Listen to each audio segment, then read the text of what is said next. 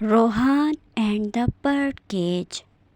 ایک خوبصورت شہر میں ایک پیارا سا گھر تھا جس کا لان پھولوں سے بھرا ہوا تھا۔ اس میں روحان اپنے ماں باپ کے ساتھ رہتا تھا۔ وہ بہت شرارتی تھا۔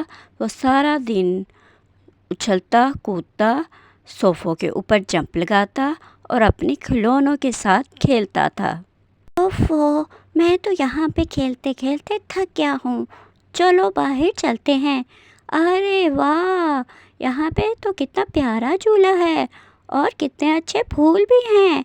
الے چلیا، یہاں پہ آپ کیا کر لی ہو؟ چو چو چو۔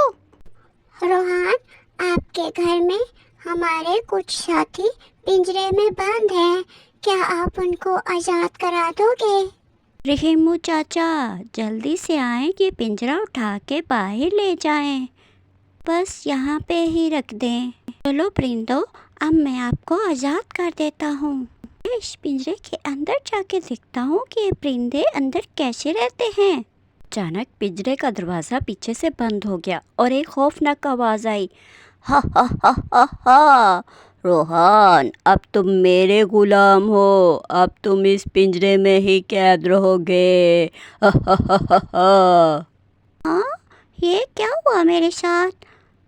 روحان بہت زیادہ خوفزدہ ہو گیا اور زور لگانے لگا کہ کسی طرح سے پنجرے کو توڑ سکے۔ پھر جب پنجرا نہیں ٹوٹا تو وہ رونے لگا، اپنے بابا کو آوازیں دینے لگا، بابا پلیز جلدی آؤ نا، میں اس پنجرے میں پھنس گیا ہوں، پلیز مجھے باہر نکالو بابا۔ روحان کے بابا اخبار پڑھ رہے تھے۔ انہوں نے جیسے ہی اس کے رونے کی آواز سنی، وہ بھاگے ہوئے آئے اور پوچھا، روحان کہاں ہو آپ؟ بابا میں یہاں پہ ہوں، اس پنجرے کے اندر ایک گندے مونسٹر نے مجھے اندر پھنسا دیا، پلیز مجھے باہر نکالو۔ روحان کے بابا نے جیسے پنجرا کھولا، روحان بھاگتا ہوا اپنی مما کے پاس پہنچا اور خوشی سے کہنے لگا، مما میں بچ گیا، شکر ہے، میں تو آزاد ہو گیا۔ روحان کی مما بولی، رحیمو چاچا اس کو میرے پاس لے کے آئیں۔ بتاؤ روحان، تم نے ایسا کیوں کیا؟ تمہیں چوٹ بھی لگ سکتی تھی۔ روحان نے معافی مانگی، سوری مما، میں نیکسٹ ٹائم احتیاط کے ساتھ کھیلوں گا اور اپنی حفاظت کا بالکل خیال رکھوں گا اور پرندوں کو اڑتا ہوا دیکھوں گا اور ان کو کھانا بھی کھلاؤں گا۔ ہی کتنا مزہ آ رہا ہے، آزاد ہونا کتنا اچھا لگتا ہے۔